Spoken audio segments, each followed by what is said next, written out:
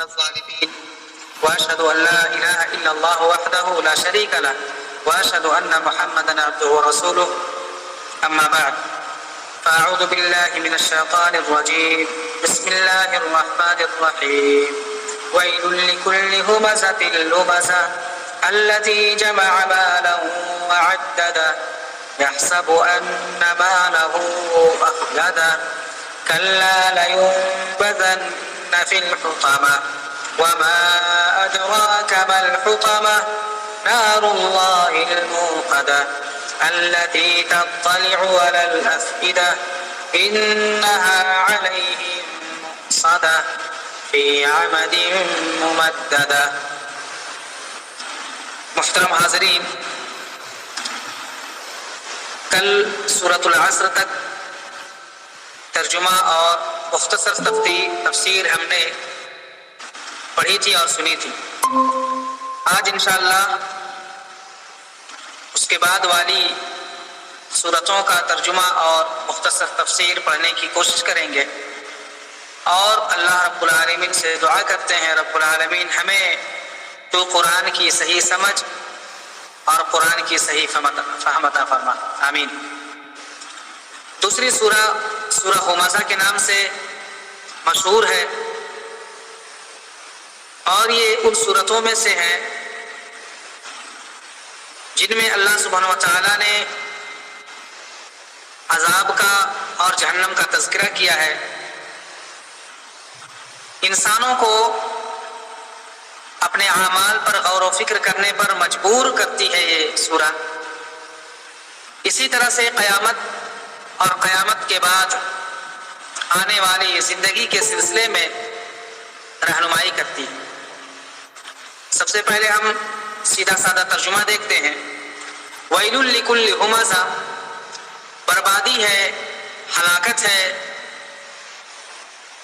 اور گھاٹا ہے اس شخص کے لیے جو دو صفتیں رکھتا ہے جس کو اللہ سبحانہ و تعالیٰ نے ہمزہ اور لمزہ کہا ہے. حماز اور لماز یہ دو صفتیں ہیں. بری صفت، بری خصلت، بری فطرت کہہ لیجئے انسان کی. ہمزہ کے معنی ہوتا ہے کہ کسی کی برائی کرنا زبان کے ذریعے سے، اور لمزہ کا معنی ہوتا ہے کسی کی برائی کرنے والا اشاروں کے ذریعے سے، یا پھر ہمزہ کے معنی اشاروں کے ذریعے سے برائی کرنے والا اور لمزہ کے معنی زبان کے ذریعے سے برائی کرنے والا. دونوں ایک دوسرے کی جگہ پر استعمال ہوتے ہیں. لہذا اللہ سبحانہ و تعالیٰ نے فرمایا ہلاکت ہے اس شخص کے لیے جو اشاروں سے یا زبان کے ذریعے سے عیب جوئی کرتا ہے، برائی کرتا ہے.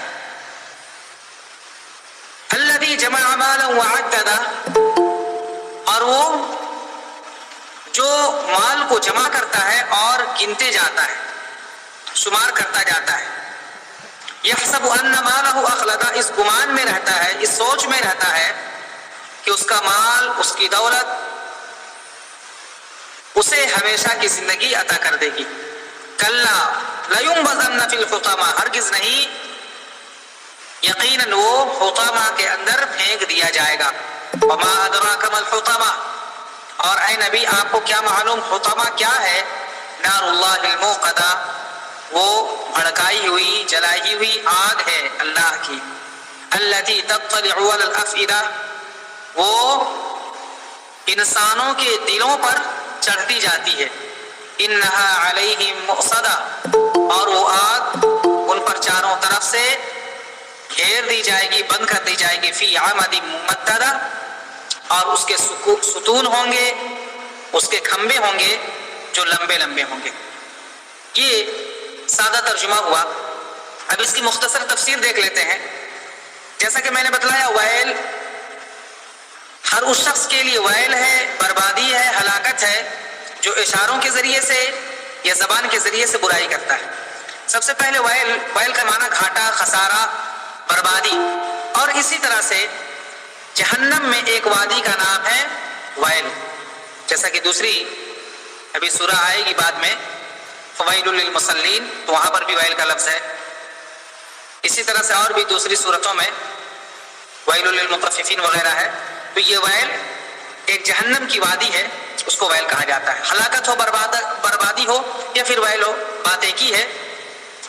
ہمزہ اور لمزہ اشاروں کے ذریعے سے اور ایک زبان کے ذریعے سے عیب جوئی کرنا، کسی کی برائی کرنا، غیبت کرنا، چغلی کرنا، یہ عیب جوئی ہوتا ہے.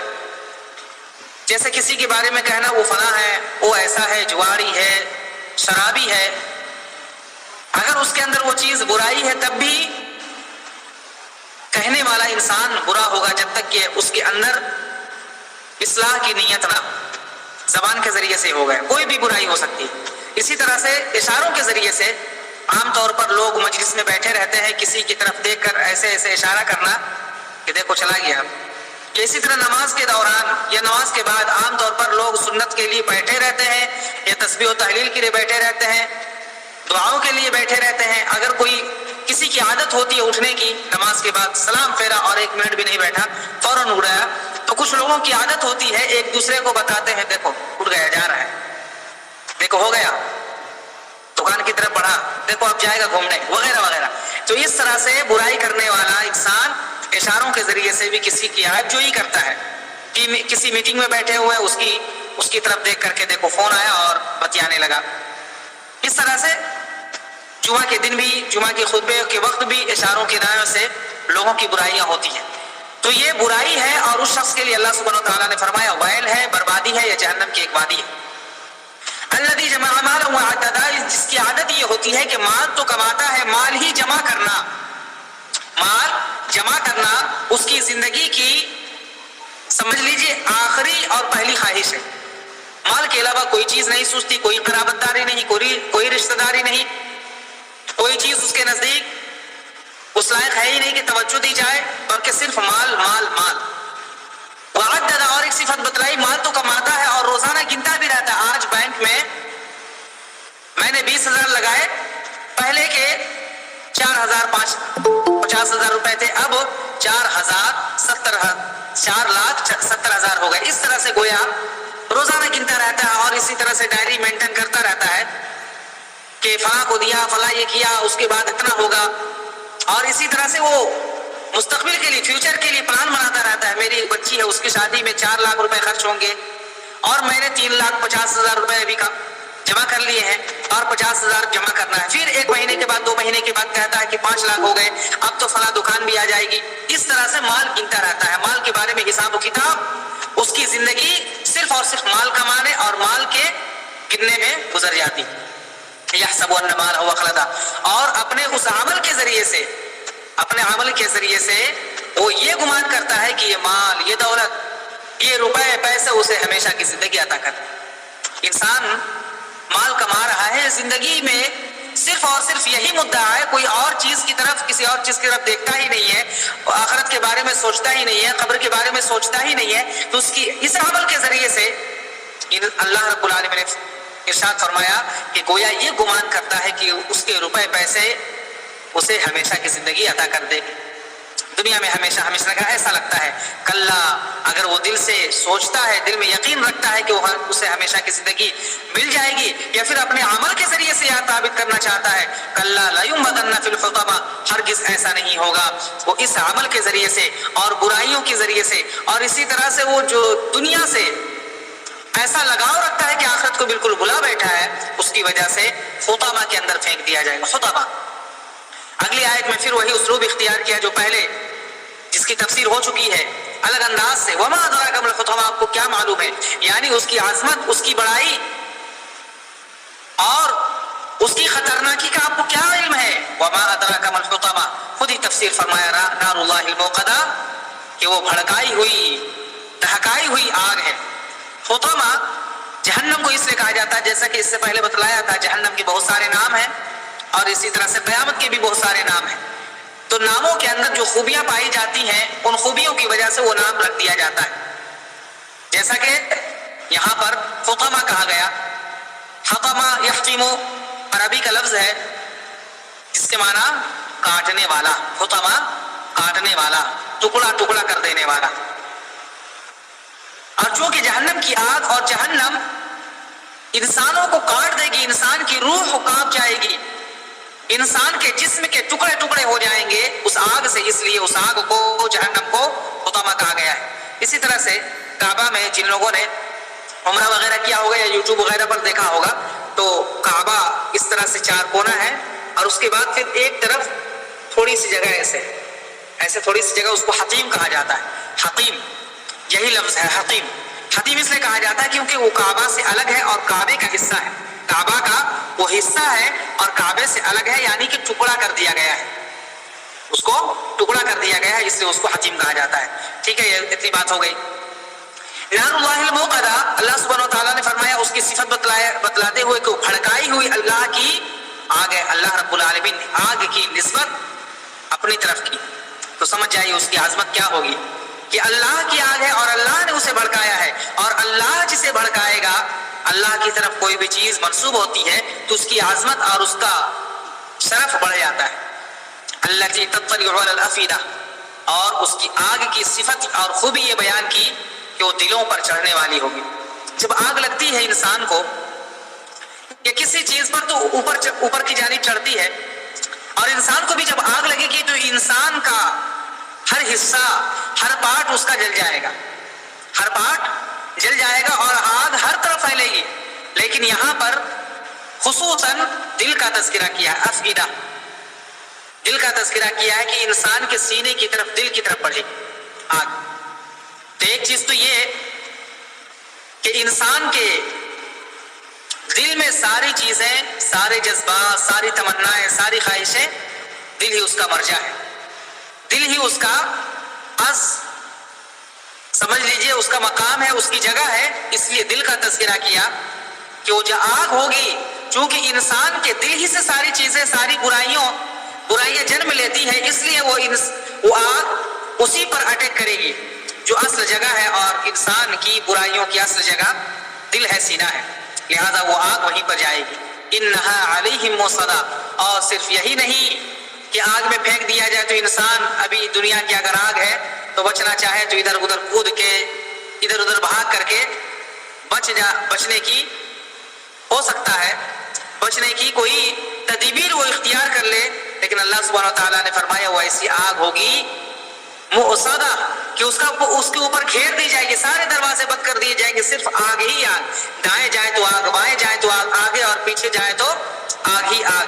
فی عمد ممددہ، یہ نہیں صرف گھیر دی جائے گی، اس کی صفت یہ بتلائی کہ جہنم کو چاروں طرف سے سارے اطراف سے بڑے بڑے ستون، بڑے بڑے کھمبے اس طرح سے گاڑ دیے جائیں گے، بڑے بڑے کھمبے تیار کر دیے جائیں گے کہ انسان بھاگ بھی نہیں سکتا اور نہ ہی کود کر کے، چھلانگ لگا کر، جم کر کے نکل سکتا ہے. اس سورہ میں اللہ سبحانہ و تعالیٰ نے یہ ساری صفتیں بتلائی ہیں. یہاں سے تقریباً وہ جو ہم اذا زلزلت سے پڑھ رہے تھے، جو اللہ رب العالمین کا اسلوب تھا، اللہ رب العالمین کا جو طرز بیان تھا کلام کا، وہ یہاں تک ختم ہو جاتا ہے تقریباً. یعنی تہدید، دھمکیاں، جنت، جہنم کا تذکرہ، جہنمیوں کا تذکرہ تقریباً اس سورہ تک ختم ہو جاتا ہے وہ سب. اور اس کے بعد پھر کچھ صورتیں الگ الگ انداز میں آئیں گی. اگلی صورت، ہم اس سورہ کے تعلق سے اگر کسی کے پاس کوئی سوال ہو تو بتائیں. سمجھ میں آ رہی نا بات؟ آواز آ رہی نا ٹھیک برابر؟ جی الحمدللہ. جی ناظرین کرام، آواز آ رہی ہے صحیح سے؟ ماشاءاللہ، جزاکم اللہ خیرہ. اب اگلی سورہ کی طرف ہم دیکھتے ہیں، سورۃ الفیل. یہ مشہور ہے اور اس کو سورہ فیل سمجھ لیجئے پہلی آیت ہی کے ذریعے سے نام رکھ دیا گیا. الم تر کیف فعل ربک باصحاب الفیل، یہاں پر فیل لفظ آیا. اور فیل کا معنی ہوتا ہے ہاتھی، جانتے ہیں، ایلیفینٹ. تو اس کا سب سے پہلے ہم ترجمہ دیکھ لیتے ہیں. الم تر کیف فعل ربک باصحاب الفیل. اس سے پہلے آپ کو یہ شاید کہ سب کو معلوم ہو سب کو معلوم ہی ہوگا وہ فیل والا واقعہ، ہاتھی والا واقعہ. جس سال نبی کریم صلی اللہ علیہ وسلم کی پیدائش ہوئی تھی اسی سال ہاتھی والے کا واقعہ پیش آیا تھا. مختصر یہ کہ یمن سے ایک شخص ابرہہ نامی، اس نے اپنے لاہو لشکر کے ساتھ کعبہ پر حملہ کرنے کے ارادے سے آیا، اور اس کے بعد اس کو منہ کی کھانی پڑی، تمام طرح کی تدبیریں اختیار کی. بڑے بڑے ہاتھی لے آیا تھا، اور عرب میں اس وقت ہاتھیوں کے ذریعے سے حملہ کرنا، ہاتھیوں کے ذریعے سے چڑھائی کرنا یہ غیر معمولی تھا. ہاتھیوں کے ذریعے سے زیادہ لوگ حملہ نہیں کیا کرتے تھے، اور اس وقت اس نے ایسا ہاتھیوں کا جھنڈ لایا تھا جس کی وجہ سے لوگ بدحواس ہو گئے تھے اور سب پریشان ہو گئے تھے. اور ان ہاتھیوں کے ساتھ جو ہوا اسی چیز کو اس سورہ میں بیان کیا گیا ہے. اللہ سبحانہ وتعالیٰ نے چھوٹے چھوٹے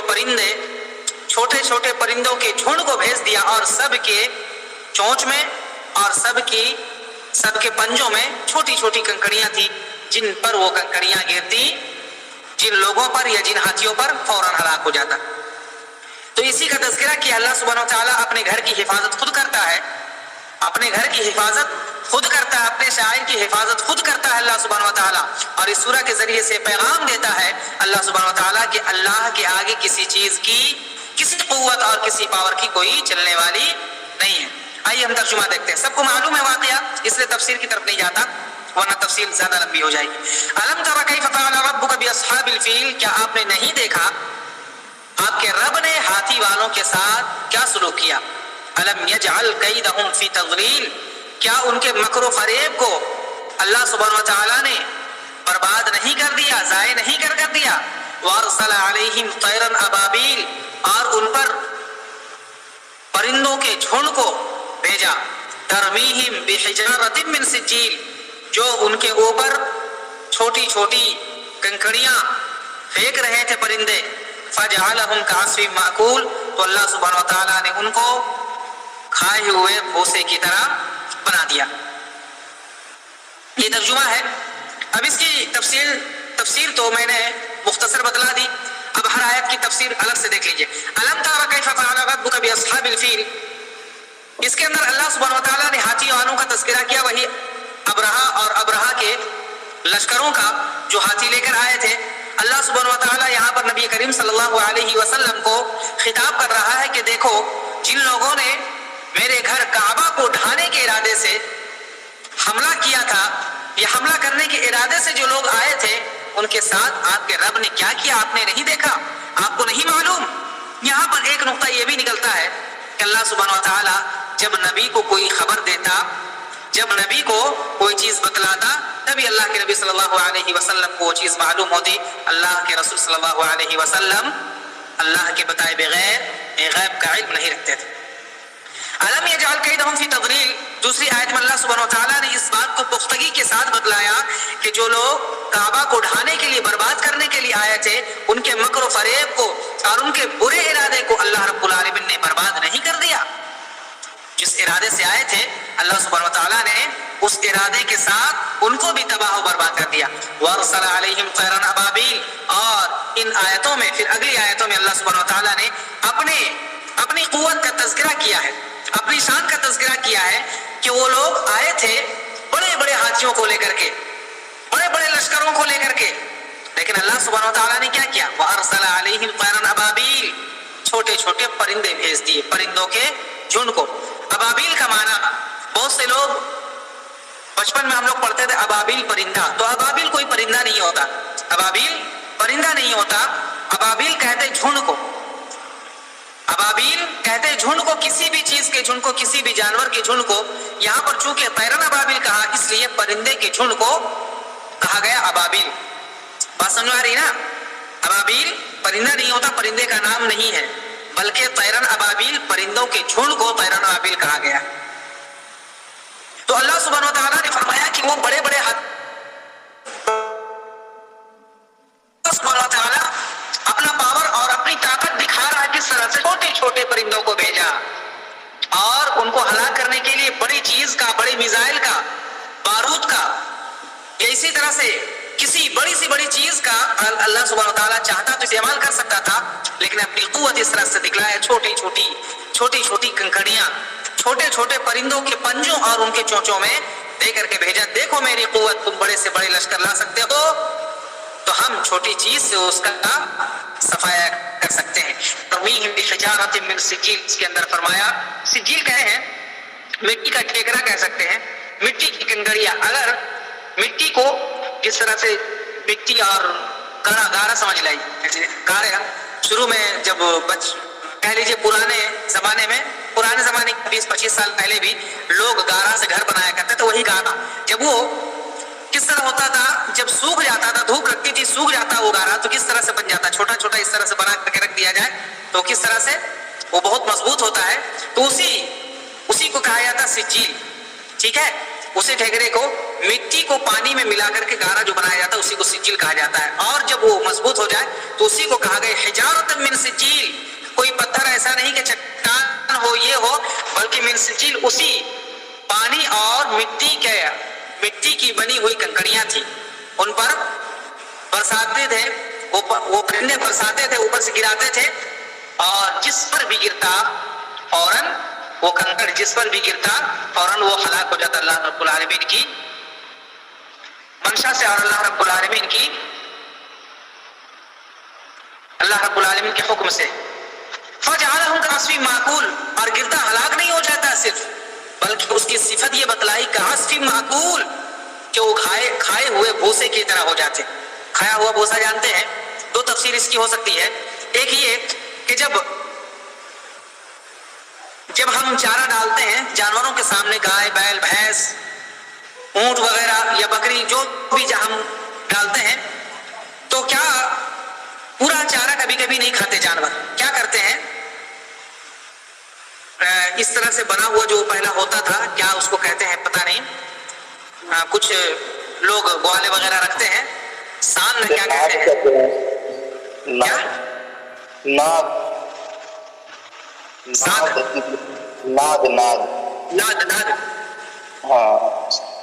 ہاں، بہرحال کچھ بھی اس طرح سے جو رکھتے ہیں، تو اس میں جو بچا ہوا ہوتا ہے اس کو کہتے ہیں عصفی معقول، کھایا ہوا بھوسا ایک ہوا، کہ ساری چیزیں تو کھا لی، ان کو چھوڑ دیا تو اس کی کوئی وقت نہیں رہ جاتی، اس کی کوئی قیمت نہیں رہ جاتی، وہ جو بچا ہوا ہوتا ہے وہاں پر۔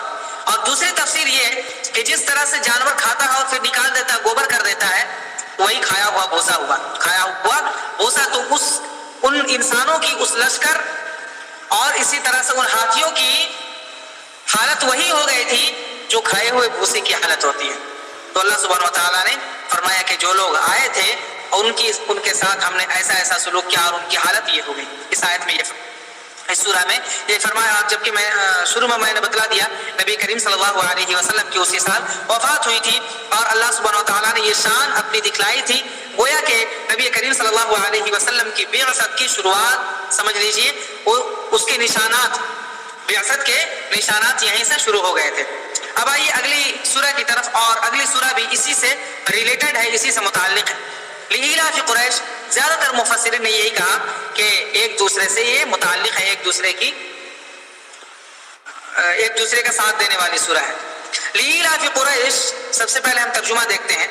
لإیلاف قریش، یہ ہم نے اس لیے کیا قریش کو مانوس کرنے کے لیے، قریش کو امن و امان دینے کے لیے۔ ایلافہم رحلۃ الشتاء والصیف، قریش کو امن و امان دینے کے لیے گرمی اور سردی کے سفر میں۔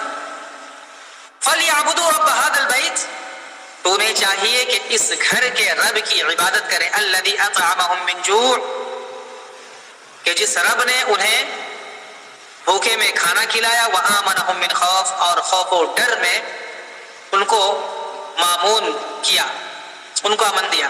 یہ مختصر ترجمہ ہے۔ تفسیر کچھ اس طرح ہے، زیادہ تر جیسا کہ میں نے بتلایا کہ مفسرین نے کہا کہ یہ اس سے پہلے والی سورہ کے متعلق ہے، یعنی یہ جو میں نے کیا ہے، اللہ رب العالمین فرما رہا ہے، یہ میں نے کیا ابرہہ کے ساتھ، اس کے لشکر کے ساتھ،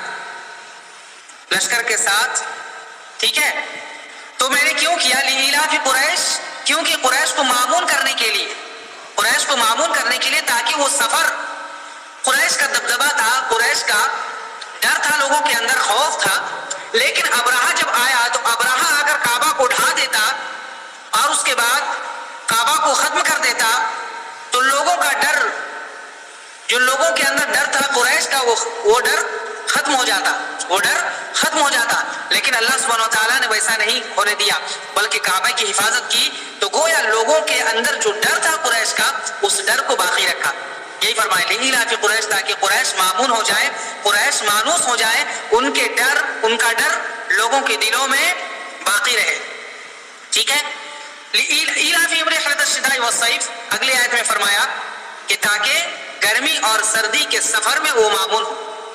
دیکھیے سردی کے دنوں میں وہ لوگ یمن کا سفر کیا کرتے تھے اور گرمی کے دنوں میں شام کا سفر کیا کرتے تھے. 2 سفر کرتے تھے سال بھر میں، 2 سفر، اور دونوں میں تجارت کرتے تھے. اچھی کمائی ہو جاتی تھی اور اس کے بعد یہی ان کا گزارے کا سامان ہوتا تھا. آج بھی بہت سارے لوگ کرتے ہیں، سال بھر میں 2-3 میلے اس طرح سے کرتے ہیں. یہ ہفتے میں کسی کے یہاں 2، کسی میں کوئی ہفتے میں 7 دن یا 6 دن اس طرح سے لوگ کرتے ہیں. تو وہاں پر 2 اصل سفر ہوتے تھے، یمن کی طرف ٹھنڈی کے دن میں اور شام کی طرف گرمی کے دنوں میں، اور یہی ان کا گزارا بسیرا ہوتا تھا اس طرح سے.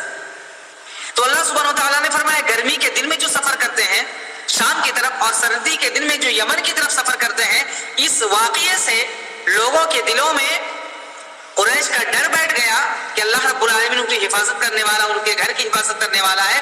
لوگ ان کے ساتھ چھیڑ خانی نہیں کریں گے، چھیڑخانی نہیں کریں گے. وہ آسانی سے سفر کریں گے اور سفر سے واپس آ جائیں گے. جو تجارت کا سامان لے کے جائیں گے وہ بیچ بھی لیں گے، اور جو سامان لانا چاہتے ہیں وہ لے آئیں گے.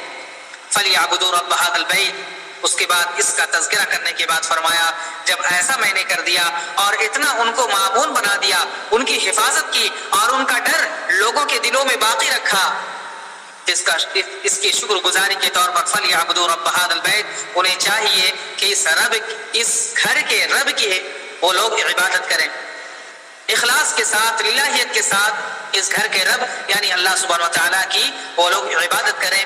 اور پھر آگے فرمائے الذی اطعمہم من جوع. اسی بات کا تذکرہ کیا، الذی اطعمہم من جوع، کہ اللہ سبحانہ و تعالیٰ نے بھوک میں ان کو کھانا کھلایا، بھوک میں ان کو کھانا کھلایا. یعنی وہ کچھ نہیں جانتے تھے، ان کے پاس کوئی روزی نہیں تھی. جیسا کہ کبھی بات آئے گی تو ابراہیم علیہ السلام کی دعا کا نتیجہ تھا کہ اللہ سبحانہ و تعالیٰ نے وہاں پر اس کو سرسبز و شاداب بنا دیا، ورنہ کوئی پانی نہیں تھا، نہ ہی وہاں پر سرسبز و شادابی تھی. لہٰذا اس طرح سے اللہ سبحانہ و تعالیٰ نے ان پر احسان کیا اور ان کو بھوک میں کھانا کھلایا، روزی عطا کی. وَآمَنَهُم مِّنْ. دوسری بات کہ خوف سے معمون بنا دیا ان کا، اور ان کو کسی سے ڈرنے کی ضرورت نہیں رہی. نعمتوں کا اللہ رب العالمین نے تذکرہ کیا ہے. یوں تو بہت ساری نعمتیں ہیں اللہ رب العالمین کی، لیکن یہ 2 بڑی نعمت ہے جس کی وجہ سے انسان جگہ جگہ پھرتا رہتا ہے. یہ 2 نعمتیں کون سی ہے؟ ایک روزی اور دوسرا امن. ایک روزی، دوسرا امن. اگر انسان کو روزی روٹی مہیا ہو جائے، پیٹ کا بندوبست ہو جائے تو انسان بس اور کچھ نہیں، اس کو بہت سکون ملتا ہے، اطمینان ملتا ہے. ایک یہ. دوسرا یہ کہ وہ چاہتا ہے امن ملے، شانتی ملے، بے خوف ہو، کسی چور کا، اچکے کا ڈر نہ ہو، اس کے دل میں کسی حملہ کرنے والے کا ڈر نہ ہو. یہی 2 چیزیں ہیں، اور اللہ رب العالمین نے یہ 2 چیزیں عرب کو مہیا کی تھی، اور ابھی بھی الحمدللہ اللہ کے فضل و کرم سے وہاں جانے والے جانتے ہیں اور وہاں کی خبریں رکھنے والے جانتے ہیں. اللہ سبحانہ و تعالیٰ نے یہ نعمتیں ابھی بھی ان کے پاس رکھی ہے. ایک یہ کہ ان کو روزی. اب دیکھیے ہمارے یہاں ہر پھل یا ہر سبزیوں کا ایک موسم ہوتا ہے، موسم گزرنے کے بعد وہ سبزیاں، وہ پھل نہیں ملتے، لیکن الحمدللہ وہاں پر 12 مہینہ سال بھر آپ کو ہر سبزی، ہر پھل الحمدللہ اللہ کے فضل و کرم سے ملتے ہیں. اسی طرح سے بے خوف ہیں، آج بھی کوئی وہاں پر کسی کو ڈر نہیں. الحمدللہ آج بھی وہاں پر کوئی ڈر نہیں. یہ اللہ سبحانہ و تعالیٰ نے آج سے 1450 سال پہلے یہ فرمایا تھا، اور آج بھی الحمدللہ وہاں پر یہ اللہ کی نعمتیں ہیں اور اللہ رب العالمین کا فضل ہے. اس فضل اور اس نعمت کا ہمیں شکر گزار رہنا چاہیے. چاہیے، خاص کر کے ان لوگوں کو، اور ہمیں بھی اللہ رب العالمین نے ہمیں یہ نعمتیں عطا کی ہیں، ہم بھی الحمدللہ بھوک میں کھانا کھا رہے ہیں، پی رہے ہیں، اللہ کی نعمت استعمال کر رہے ہیں، اور دوسرا ہے کہ ہم بے خوف، بہت حد تک بے خوف ہے۔ ہمیں یہ دونوں نعمتیں اگر ملی ہیں تو اللہ سبحانہ وتعالیٰ کا شکر گزار ہم نہ بنے، اور نہیں ملی ہے تو ان کو ہم مطالبہ کریں اللہ رب العالمین سے، اس کے لیے دعا کریں۔ اللہ سبحانہ وتعالیٰ سب کچھ نوازنے والا ہے، اللہ سبحانہ وتعالیٰ ہی ہمارا پرسان حال ہے، وہی ہماری دیکھ ریکھ اور ہماری روزی روٹی کا بندوبست کرنے والا ہے۔ اللہ سبحانہ وتعالیٰ ہم سب کو دین کی صحیح سمجھ، قرآن کی صحیح سمجھ اور قرآن کی صحیح معلومات صحیح مرجع اور مصدر سے حاصل کرنے کی توفیق دے، آمین یا رب العالمین۔ وصلی اللہ